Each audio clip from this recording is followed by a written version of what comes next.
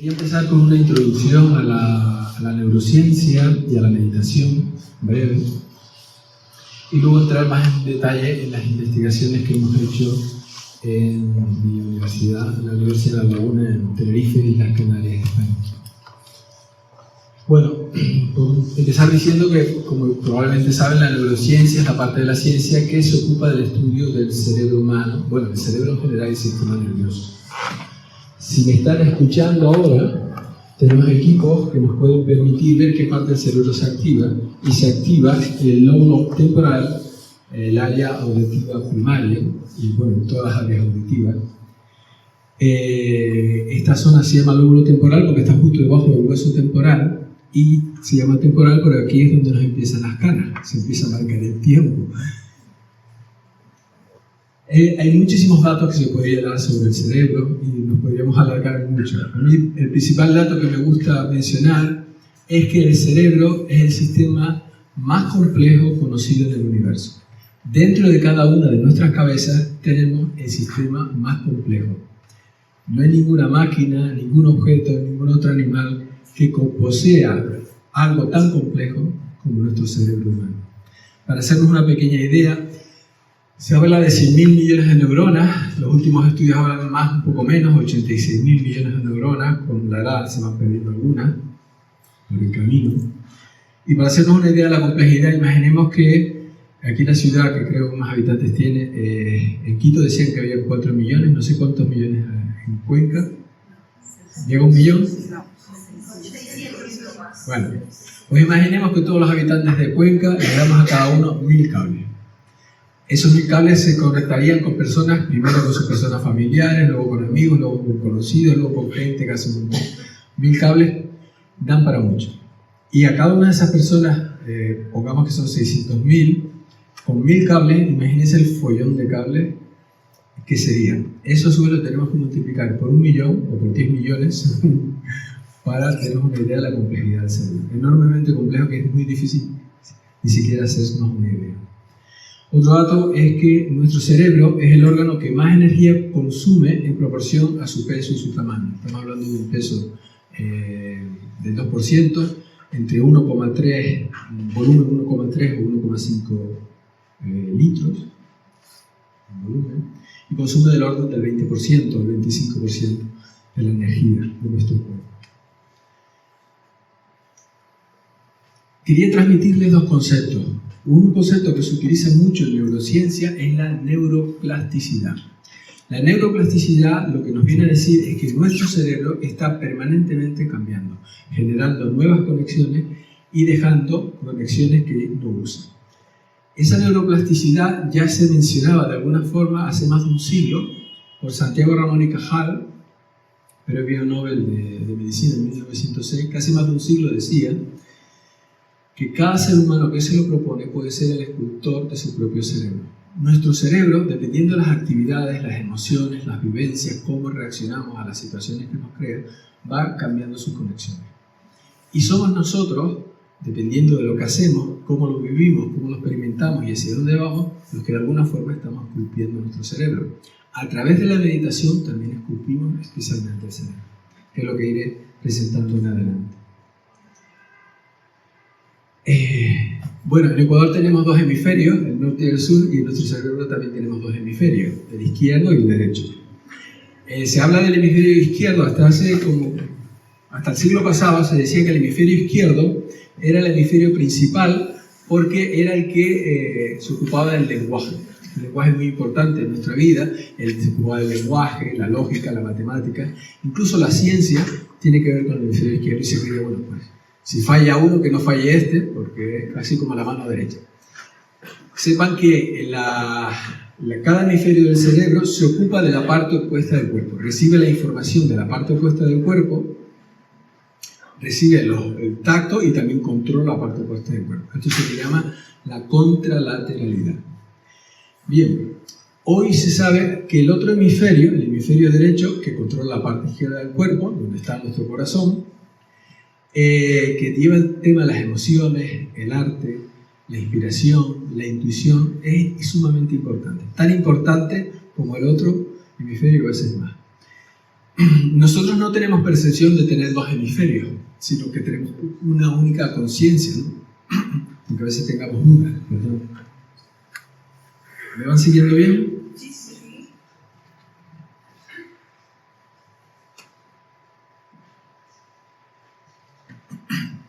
Bueno, no tenemos la percepción de tener dos cerebros porque hay una autopista de fibras nerviosas que conectan los dos cerebros, que se llama el cuerpo calloso. Hubo unos experimentos hechos en los años 60 con personas que tenían problemas de epilepsia y se creyó que cortando esa autopista de que conectaba los dos cerebros se vio que la epilepsia no era tan dramática, se reducía su impacto. Lo que se veía en estos estudios, hubo unos estudios que se hicieron mucho con estas personas, y se veía que si le presentábamos cada ojo a su vez, envía la información al hemisferio opuesto. Si yo le envío la información imaginemos esta botella, y se la envío a una persona que solo tenga, que esté cortada esa autopista, que sea el hemisferio derecho, y le digo, ¿esto qué es? La persona no puede decir lo que es porque no está llegando la información al hemisferio del lenguaje. Lo viceversa también pasa. Si una persona que puede hablar y comunicarse en el lenguaje tiene un problema en la parte del lenguaje opuesta, que sería en la parte lateral derecha, podrá expresarse, pero no podrá transmitir emoción en sus palabras ni comprender la emoción de las palabras que escucha. Con lo cual los dos hemisferios son sumamente importantes. El hemisferio izquierdo se dice que es el hemisferio masculino, funciona de forma lineal, en serie, una cosa detrás de otra, y el hemisferio derecho funciona más en paralelo, es más holístico. El hemisferio izquierdo se ocupa de las partes, como la ciencia, que separa todo en partes. Y el hemisferio derecho funciona más en global, en paralelo. Se dice que es el hemisferio femenino o del yin y el yang, y el hemisferio izquierdo es el hemisferio del yang. Se dice que las mujeres tienen más capacidad de hacer cosas en paralelo que los hombres. ¿No sé si están de acuerdo? Las mujeres, por supuesto. Bien. Seguimos. El segundo término que quería, o concepto que quería transmitirles es el de resiliencia. La resiliencia, esto viene de la ingeniería de los metales, cuando se hace un esfuerzo a un metal, la resiliencia es la capacidad que tiene ese metal de volver al estado original. Y esa resiliencia aplicada a los seres humanos es la capacidad que tenemos los seres humanos de, ante los embates duros o negativos que nos trae la vida, volver al equilibrio, a la armonía, a la paz, a la felicidad. Porque todos experimentamos embates duros en la vida, pérdidas de personas, relaciones que se rompen, problemas económicos, problemas en la familia, problemas hay para todos los gustos y colores. Entonces, como hay problemas, bueno, creo yo les lanzo, a mí me gusta, como científico, a los científicos lanzamos hipótesis. Podría decir, bueno, pues yo creo que las cosas son así. Entonces uno se va al laboratorio, hace su estudio, su experimento y luego ve si esa hipótesis se cumple o no. Si se cumple, pues uno la sigue, y si no se cumple, pues cambia. Aquí en Sahaja Yoga también planteamos una hipótesis. La hipótesis es que tenemos un cuerpo sutil que marca el yoga clásico, que ese cuerpo sutil tiene una energía muy importante en el hueso sacro, saben que la palabra sacro viene de sagrado, y lo que la hipótesis de Sahaja Yoga es que si nos abrimos a esa energía Kundalini, que es una energía maternal descrita hace miles de años, y permitimos en nosotros que esa energía fluye, tiene un impacto muy positivo en nuestra vida, en nuestra salud física y mental, como muestran las investigaciones. Pero la hipótesis es para luego cada uno de ustedes sea el propio científico que experimente si eso funciona o no funciona. Bien, seguimos. Con lo cual la meditación nos ayuda a tener mayor resiliencia, mayor capacidad de volver al equilibrio cuando nos desequilibramos. Nuestro cerebro humano ha ido evolucionando desde los primeros homínidos, australopithecus, en capacidades, en conexiones, en cantidad de neuronas, y se dice que nuestro cerebro humano ahora nos catalogamos a nosotros mismos como Homo sapiens, y se dice que desde hace 50.000 años tenemos un lenguaje completo o con mucha precisión. Podemos poder comunicarnos con mucho detalle cosa que no se sabe que ningún otro animal o ser vivo puede hacerlo con tanto detalle. Otros seres vivos, por ejemplo los monos, tienen diferentes gritos para advertir si hay un adversario que viene, o un enemigo, o si lo que hay pues, no tiene peligro. El lenguaje tiene una connotación, muchísimas connotaciones positivas. Nos ha ayudado a evolucionar como sociedad, la tecnología, la ciencia, todo lo que somos hoy en día. El lenguaje tiene un papel muy importante. Pero el lenguaje tiene un pequeño o gran inconveniente. Y es que el lenguaje permanece en nuestro cerebro a modo de pensamiento sin fin. O sea, nuestro cerebro humano, el de la inmensa mayoría de los seres humanos, no para de pensar. ¿Sí o no?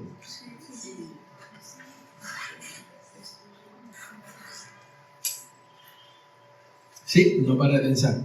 Y esos pensamientos marcan mucho de nuestra existencia. De hecho, todos los problemas psíquicos tienen asociada una narrativa de pensamientos en general negativos. Llámese estrés, llámese ansiedad, llámese depresión, llámese cualquier problema psíquico que tengamos. Nos estamos contando una historia negativa, que esa historia negativa cambia la bioquímica de nuestro cuerpo y hace que nuestro cuerpo enferme, se debilite.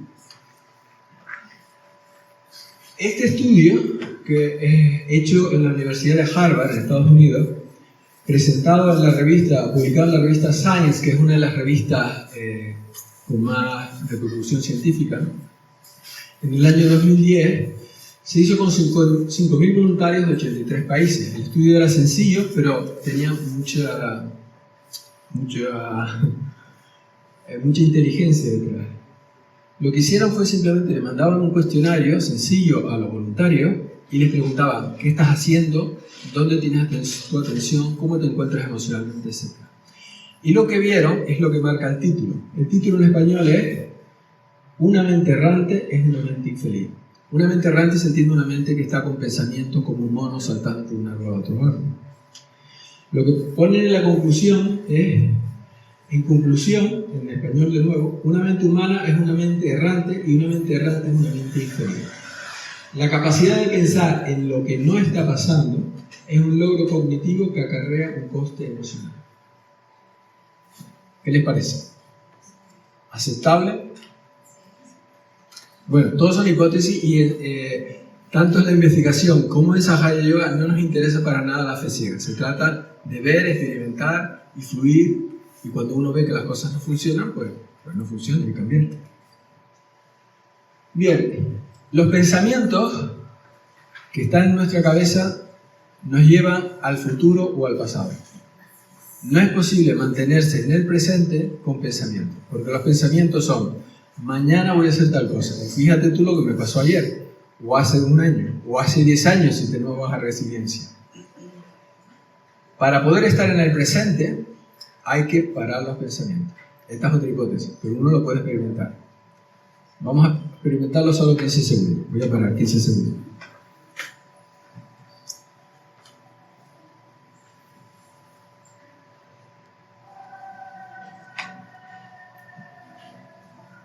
¿Les ha venido algún pensamiento? Bueno, los pensamientos eran de ayer, de lo que pasó hace un minuto, de lo que yo dije hace 2 segundos, etc. Nos sacan del presente. Me gusta recordar que la palabra presente en español es sinónimo de regalo. Entonces, la vida es un presente continuo. Otra hipótesis. Solo existe el presente. El pasado ya pasó, existió, pero no existe ahora. Y el futuro existirá, pero cuando exista será presente. ¿Cómo lo ven? ¿Aceptable? Bueno, son hipótesis simplemente para transmitirle la idea de que a través de la meditación, en este caso de Sahaja Yoga, y cuando esta energía que está en el hueso sacro, llamada Kundalini, fluye y llega especialmente al sexto chakra, que está en la base del cerebro, en el quiasma óptico, pues la propia energía facilita y establece la conciencia sin pensamiento. O sea que no se trata de uno con la mente parar la mente, sino se trata de abrirse una energía maternal que está dentro de nosotros, está en el hueso sacro, sacro viene del sagrado, y cuando esa energía fluye, se establece este silencio mental, que tiene muchas repercusiones positivas, como les voy a contar. Este método, el yoga clásico, fue actualizado y de alguna forma adaptado para poder tener la experiencia del despertar de la Kundalini de forma espontánea. De hecho, la palabra Sahaya significa nacido con o también espontáneo. Entonces, de una forma muy sencilla podemos, la aportación de Sri Mataji es que de una forma muy sencilla podemos tener el despertar de nuestra energía Kundalini. Bueno, nuestro cuerpo sutil, ahora vamos a ver un vídeo, está compuesto básicamente de 7 centros energéticos, llamados chakras. La palabra chakra es rueda. Nuestra energía Kundalini, que es una energía maternal que quiere lo mejor para nosotros. Y luego tenemos 3 canales. Cada canal lo percibimos principalmente en las manos. El canal izquierdo tiene que ver con las emociones, los deseos, el pasado. Lo percibimos en la parte izquierda del cuerpo, como les decía, en el cerebro es el opuesto. Para no liarlo, cuando digo izquierdo me refiero al cuerpo, y cuando digo derecho me refiero al cuerpo también, y sepan que en el cerebro sería lo opuesto. Entonces, el canal izquierdo, lo percibimos en la mano izquierda, tiene que ver con las emociones, los deseos, el pasado. El canal derecho lo percibimos en la mano derecha, tiene que ver con la acción, con la planificación y el futuro. Les voy a poner un vídeo donde se ve una animación para ver esto un poco más detalle.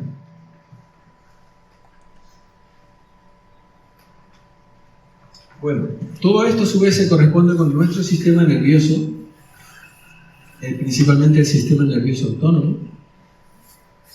Y este sería el cuerpo, el diagrama del yoga clásico, en el cual tenemos estos 7 centros. El triángulo blanco sería donde está la energía Kundalini, que es el triángulo del hueso sacro. Y cuando esta energía empieza a fluir, hace que los chakras se purifiquen y giren. La palabra chakra significa rueda, porque cuando la energía fluye, hay un giro energético en estos centros.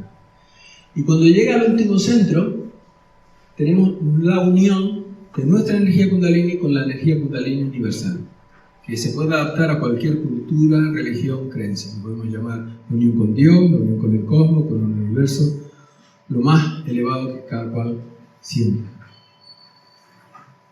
A su vez, como les decía, pues tiene que ver con el sistema nervioso simpático y parasimpático. Los canales laterales tienen que ver con el simpático y el canal central con el parasimpático. Los canales del simpático principalmente es para la acción y el parasimpático es principalmente para la relajación. El equilibrio entre estos dos canales es muy importante para nuestra salud. Si hay mucha acción y poca relajación es malo, y si hay mucha relajación y poca acción también es malo. O sea que tiene que haber un equilibrio. Bueno, volviendo al silencio mental, les traigo esta gráfica de un estudio presentado en la revista Evidence-Based, revista de investigación sobre medicina alternativa y complementaria basada en evidencia. Fue presentado en el año 2012. Fue hecho en Australia, y lo que vieron es compararon la salud mental de la población australiana, aquí en amarillo, utilizando un cuestionario que se utiliza en psicología, SF36, y vieron que en ese cuestionario la población como media tenía un resultado en torno a 77 y 78. Luego fueron a la población de meditadores de Sahaja Yoga y empezaron a ver todos los datos, ¿no? Cuánto meditaban, cuántas veces, cuántos años llevaban, un montón de datos. Pero el dato que más se correlacionaba con la salud mental y la salud en general era cuántas veces los meditadores establecían este estado de silencio mental. Aquellos que lo establecían varias veces al día, el silencio mental, eran los que mejor salud mental tenían. Luego en el azul, 1 o 2 veces al día, naranja, 1 o 2 veces por semana, que es todavía mejor, pero había un pequeño grupo, en torno a un 4 o 5%, que tenía la salud mental pocas veces, 1 o 2 veces al mes, o prácticamente nunca. Esto nos ayuda a ver que los beneficios de esta meditación se obtienen a través de ese estado de silencio mental. Y también nos sirven para definir que la meditación, según Sahaja Yoga, es cuando estamos, es un estado, no es ponerte a hacer algo, sino es estar en un estado de silencio mental. Es un estado en el cual estamos plenamente aquí, ahora, en el presente. Es un estado de alta eficiencia, uno puede hacer cualquier tarea, cualquier trabajo, y además es un estado de paz. Porque nos vamos de la paz, siempre hay pensamientos. Cuando estamos rabiosos, hay pensamiento. Cuando estamos tristes, hay pensamiento, etc. Bueno, yo les lanzo hipótesis. ¿Cómo van? ¿Les he estado lanzando demasiadas? ¿Va bien la cosa? ¿Seguimos? Bueno, vamos ahora a las investigaciones que hemos hecho en mi universidad en colaboración con otras universidades.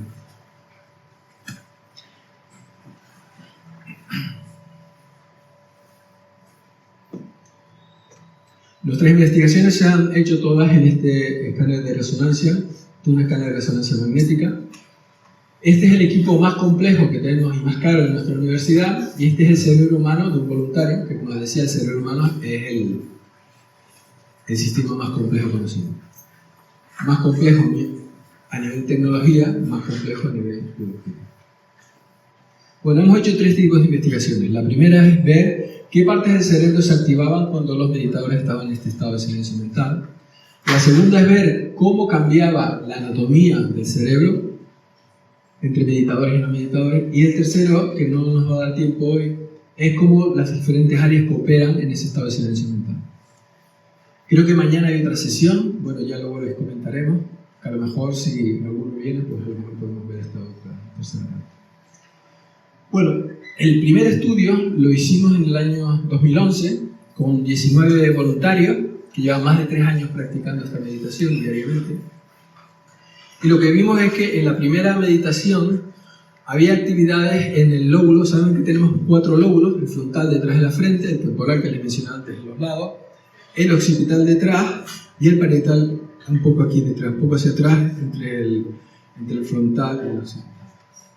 Bueno, lo que vimos es que en la primera meditación había una actividad en áreas frontales y temporales que asociamos a soltar los pensamientos. Hay como una acción de soltar los pensamientos. En la segunda bajó bastante la actividad, y en la tercera, que era cuando la mayoría de los meditadores dijeron que sí habían llegado a este estado de silencio mental, el área principal activa en amarillo es la llamada ínsula, la parte anterior de la ínsula. Y la ínsula tiene que ver con lo que se llama la interocepción. La interocepción es la capacidad que tenemos de percibirnos por dentro. Y es muy importante para esta resiliencia que les comentaba antes. Si yo me desequilibrio, me voy hacia un estado, digamos, de no armonía, sea por enfado, sea por rabia, sea por tristeza, depresión, frustración, etc., mi cuerpo me empieza a informar, mi cuerpo se tensa. Y si tengo una buena resiliencia, empiezo a sentir mi cuerpo. Y eso me ayuda a decir, bueno, que no estoy en paz, no estoy en equilibrio. Me ayuda a hacer como una introspección, me ayuda a verme, a observarme. Y esa introspección me ayuda a volver al equilibrio. Este estudio se hizo en el 2011, o sea, en el 2011 pasaron los meditadores, fue nuestro primer estudio, y se publicó en el año 2015, o sea, nos llevó 4 años que fuera aceptado y publicado en la revista de Medicina Alternativa y Complementaria. Y lo que poníamos en la conclusión es que la activación de la ínsula derecha probablemente refleja un proceso de atención asociado con el estado de silencio mental.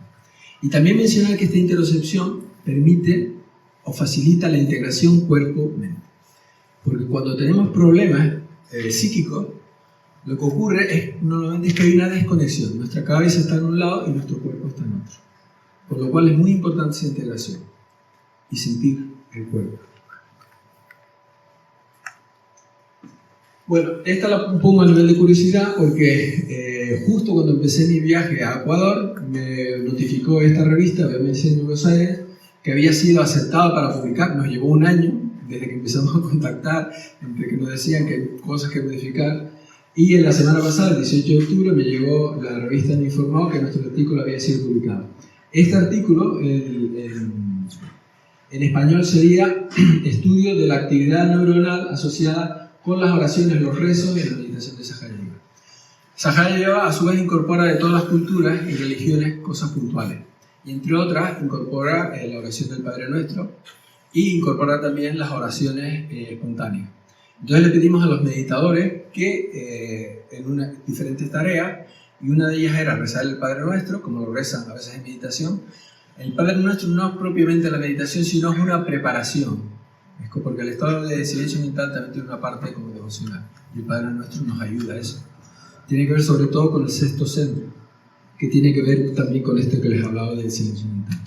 Bueno, hay mucho que se podría decir de este estudio, pero solo quiero mencionar un dato, y es que en las oraciones de los meditadores hay un área que es el tálamo, que es el que recibe información de los sentidos, de la vista, del oído, del tacto, de todos menos el olfato, y hubo una desconexión, bajó la actividad en el tálamo. Eso significa que cuando uno está en meditación, o en este caso en el rezo, esta es una conciencia interiorizada.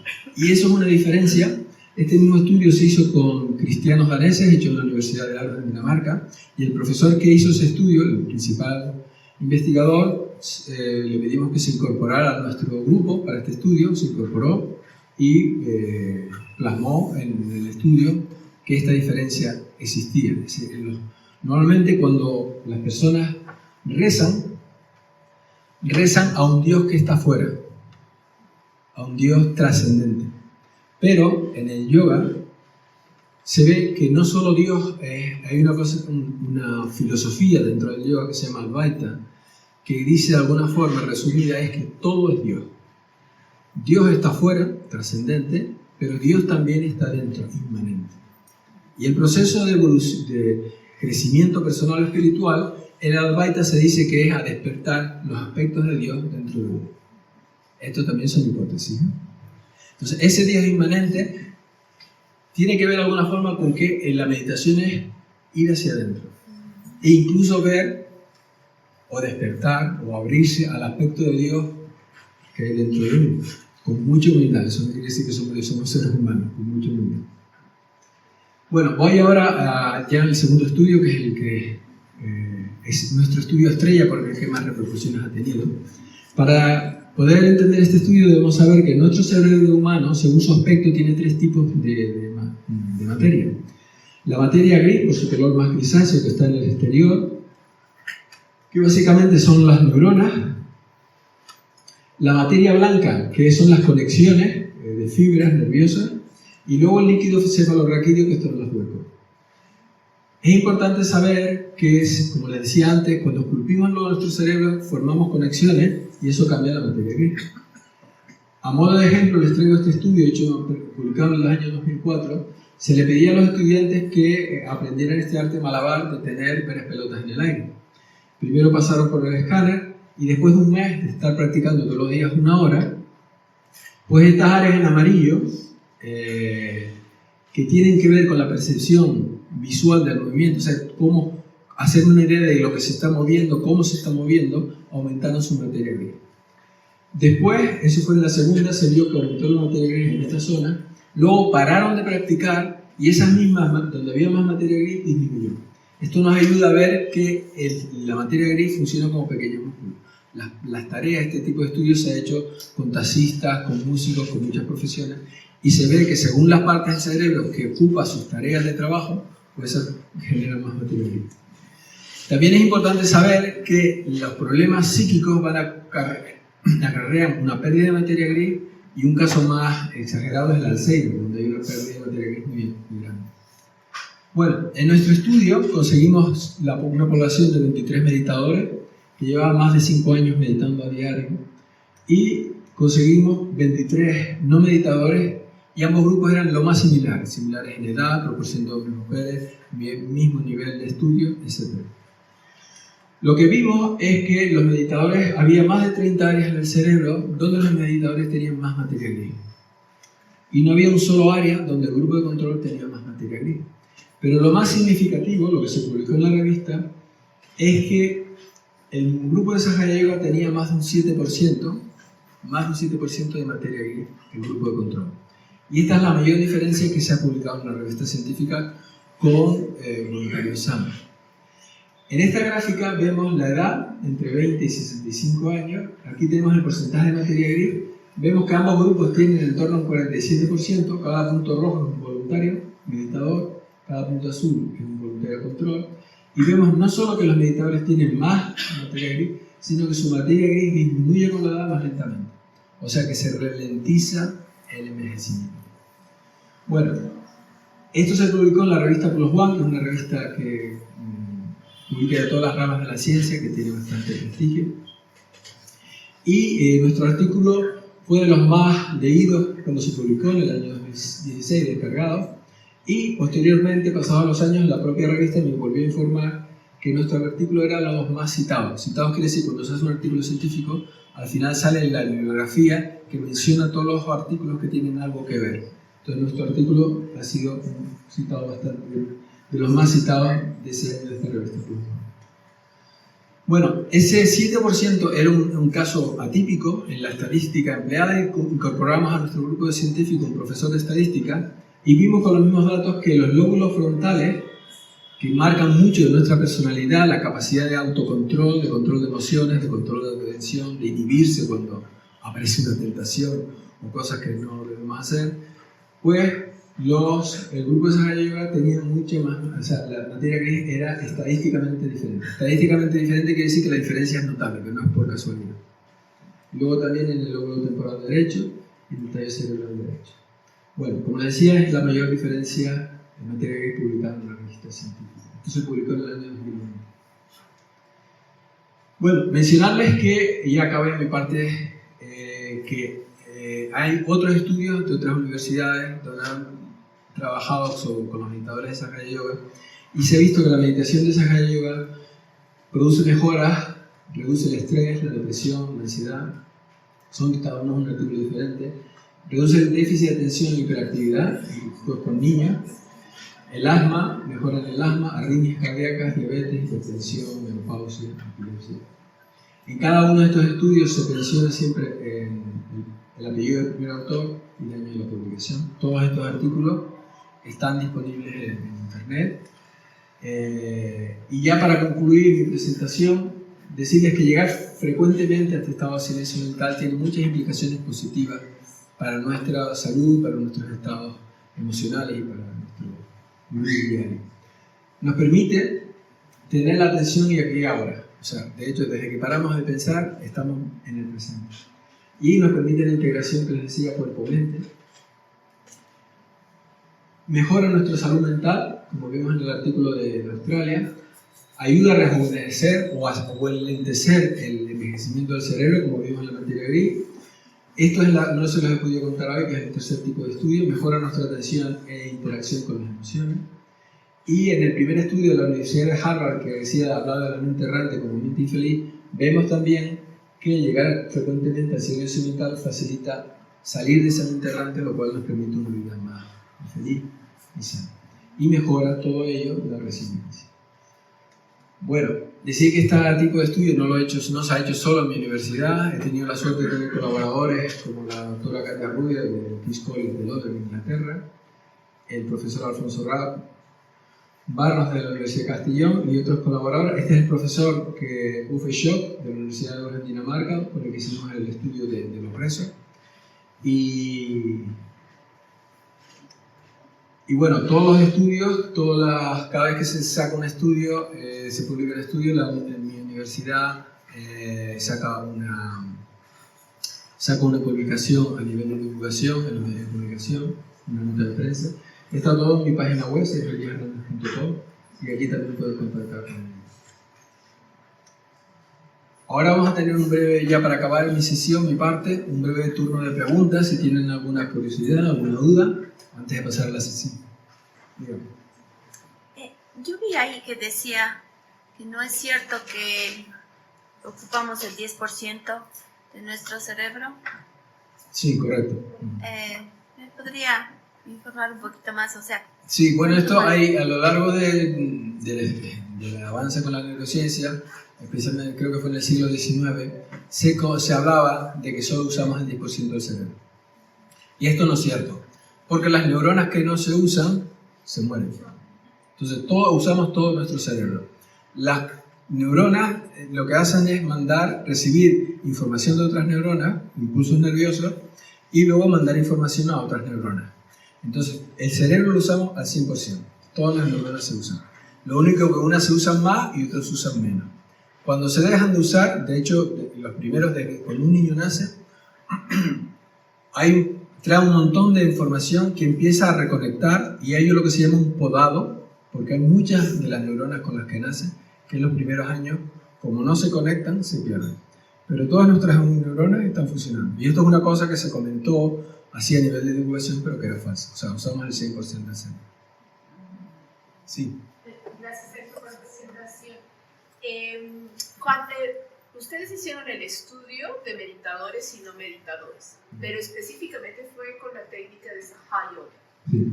Ya, entonces no hubo un control con otro tipo de meditación. Bueno, hay otros estudios donde mismo tipo de estudio se ha hecho con otro tipo de meditación, se ha hecho con mindfulness, con personas de budismo, de zen, etc. Y lo que se ha visto en esos otros estudios es que hay cambios en las áreas principalmente dedicadas a la atención y al control de las emociones, pero no en ningún otro estudio de meditación.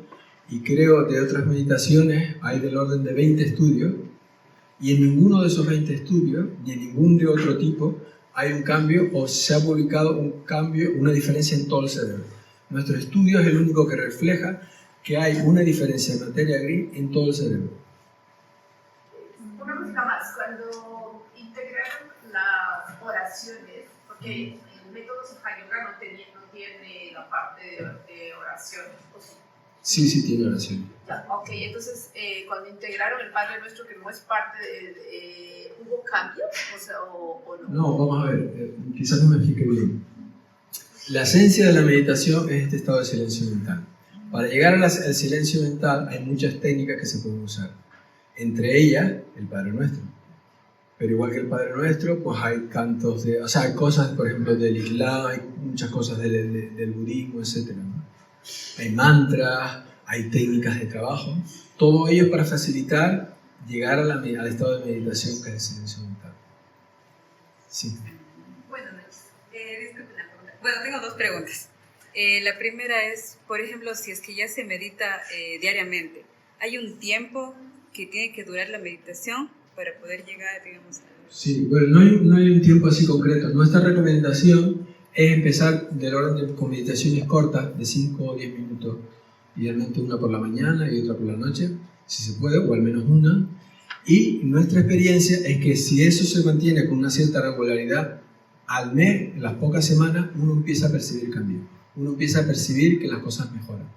Mejora el estado anímico, mejoran las relaciones y mejoran muchas cosas. O sea que lo que les invitamos es, bueno, los que lo deseen, a practicar durante un mes y se pueden ver cambios importantes. Y por ejemplo, si nosotros queremos iniciar con la meditación, siempre se vienen esos pensamientos. ¿Cómo hacer? No sé si se basa en la respiración para que los pensamientos se vayan. No, es una buena pregunta. Todas son buenas preguntas, pero esta especialmente. El trabajo para que se vayan los pensamientos es entregarse, abrirse a su propia energía kundalini. La que hace que los pensamientos se vayan no es mi mente, sino mi apertura a una energía especial, espiritual, llamada kundalini maternal. Es una energía, se dice que es como una gota divina de la Madre Divina. Lo más cercano a esa Madre Divina en nuestra cultura cristiana sería la Virgen, ¿no? Que es abrirnos a nuestra propia kundalini. Entonces lo que se hace, es normal que en las meditaciones vengan pensamientos, entonces vienen pensamientos y uno simplemente lo entrega. Madre Kundalini, te entrego este pensamiento. Me distraigo con ruido o lo que sea, Madre Kundalini, pero tranquilamente, ¿no? Como muy en paz, como un juego, y no con una ambición de tengo que parar los pensamientos, sino con cariño hacia uno mismo. Sí. Yo tenía una pregunta. Cuando usted nos habló de esta parte de que la ínsula se activa a través de este ejercicio, yo tenía esta duda porque hace tiempo yo había leído un artículo, quisiera citarlo pero no me acuerdo, pero explicaba que la disciplina que uno se siembra en uno mismo es algo que es una construcción, y es una construcción de varios estímulos. Entonces, a través de este ejercicio, no sé qué tanta relación tenga la activación de la ínsula y la disciplina que uno mismo sembraría para no caer en excesos y sobre todo volver al equilibrio. Bueno, la disciplina o más bien autodisciplina es muy importante, ¿no? De hecho, en el cuerpo del yoga, esta zona, está aquí en verde, no sé si se ve, aquí es donde está lo que se llama el principio del guru, o el principio del maestro, donde cada uno es su propio maestro o maestra.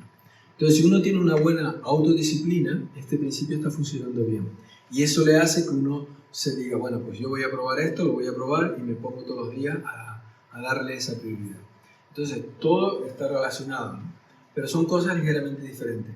Una es la autodisciplina, que tiene que ver con este principio, y otro es el silencio mental, que en ese estado se activa la ínsula, que tiene que ver principalmente con la apertura de este otro centro. Pero todos tienen, si este centro no funciona, la energía no puede llegar aquí, porque la energía va subiendo. Y si un centro está bloqueado, se para.